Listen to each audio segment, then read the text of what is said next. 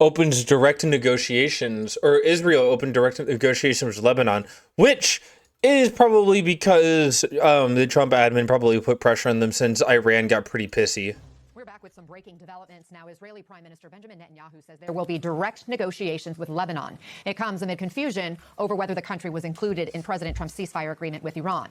Israel has continued military strikes in Lebanon since Tuesday in its fight against Hezbollah. And back with us now is David Rowe. David, just how significant is this announcement, this statement from Netanyahu? It's very significant. It's a step forward. Yesterday, the Israelis launched 100 strikes within 10 minutes of each other. Unannounced, and killed hundreds and hundreds and hundreds of people. It was a huge bombardment. It killed 200 Lebanese in Beirut and other parts of the country and wounded 1,000. British officials, French officials, and European officials called for some kind of negotiation because it's the entire ceasefire is now shaking due to this. And there's a chance, I want to be fair, President Trump may have intervened here and asked Israel to start these negotiations. We don't know that.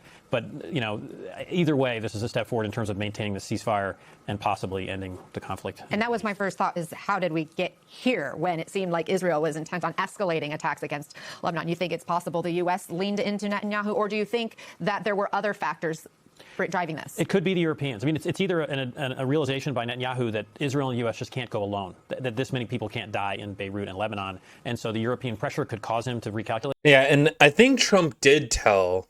Let's see if they have the actual image. Through Lebanon, this is new. Just yesterday, Vice President J.D. Vance, who, by the way, will lead U.S. negotiators and talks with Iranian officials tomorrow in Islamabad. Also, Pakistan gave Israel and the U.S. a different deal than they gave Iran. Pakistan said just yesterday, that Lebanon had nothing to do with Iran and the ceasefire reached with the Trump administration. Today, different machinations and different statements. President Trump, for one, said he urged Israel to scale back military bombardment of targets in Lebanon. The Israeli Prime Minister, Benjamin Netanyahu, directed his government to engage in talks with Lebanese leaders about a ceasefire. And very late today, the State Department said it would lead efforts to forge a ceasefire between Israel and Lebanon. Quick reminder, Hezbollah, an Iranian-financed and supplied terrorist proxy in southern Lebanon, has, since the war with Iran began, been a target of increasingly aggressive Israel. Yes, and because they want to take over Lebanese land. Israel wants to take over Lebanon. Israeli air and ground operations. In those operations, Hezbollah leaders and fighters have been killed and some of their weapon stockpiles destroyed. But also, many civilians have died in what was until very recently a somewhat overlooked part of this conflict.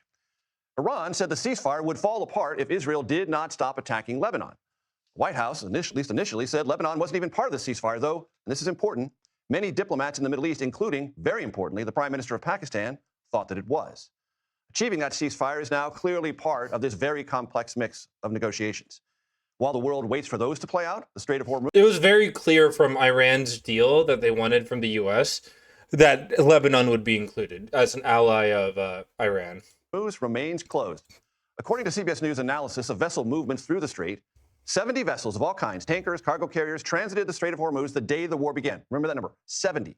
By comparison, in the last 5 days, only 40 vessels, 40 over 5 days, have transited the strait. And that is why oil prices today traded back up, nearing $100 per barrel. That's a signal that anxiety persists, and it's a guarantor of a longer run of high gas prices here. In case you're keeping track at home, the national average price of a gallon of regular gas rose to $4.16 today. It was $3.47 a month ago. We turn now to Ed O'Keefe at the White House.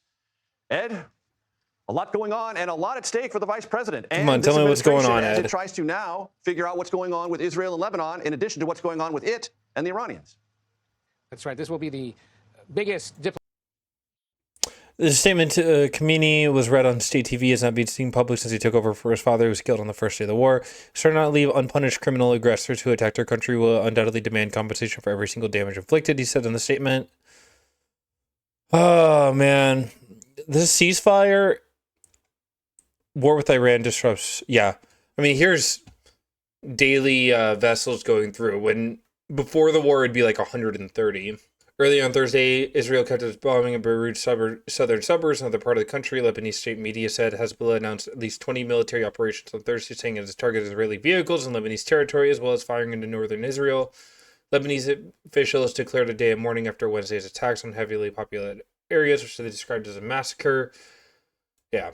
I'm not surprised that Israel is being told, like, you need to fucking knock it off, because this is completely screwed over the fact that, or the ability for the Strait of Hormuz to be opened again. Project of the vice president's modestly lengthy political career, and frankly, not that long compared to many that he works with. But he is still scheduled to head, as our understanding, to Pakistan, likely tomorrow, ahead of these talks scheduled for Saturday. He'll be joined by Steve Witkoff and Jared Kushner.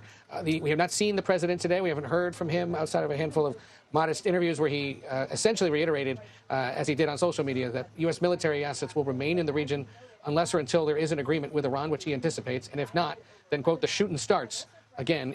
God, the shooting starts. Also, Democrats saying that they want to invoke the 25th Amendment, yeah, it means absolutely nothing. Democrats are too weak to actually do anything. They're not going to invoke the 25th Amendment, and they're not going to impeach Trump or hold a wars powers vote at all. It's unilateral executive theory, baby. It's here, and it's here to stay. In a bigger way than it did before. And as you said, so much of this today has been focused on what Israel and Lebanon may sort out here. The Israeli prime minister authorizing direct talks with Lebanese officials here in Washington next week, CBS News has confirmed. That came, however, after the Lebanese health ministry said at least 300 people were killed in those attacks on Lebanon yesterday that are designed to fortify northern Israel and security concerns Israel has along the Israeli-Lebanon border. But the fact that he's now authorizing these talks signals that the prime minister has gotten the message from the administration here in Washington. You've got to at least appear to be talking to Lebanon so that we can begin talking to Iran. And I know Washington's supposed to be holding some talks with Israel and Lebanon, so Daddy Netanyahu, please stop committing war crimes. Donald Trump, true! True! That's how it works out, dude. It's because he can't get the Strait of Hormuz open if fucking Iran doesn't capitulate to the ceasefire, and they're not going to capitulate to the ceasefire if Lebanon's being attacked. Netanyahu's been a constant thorn in Donald Trump's side. Donald Trump is not a Zionist, like, in the traditional sense. Donald Trump is a Zionist as it's politically advantageous to him, but he does not like Netanyahu at all. He clearly has never enjoyed Netanyahu. And he's gone back and forth on him so many times.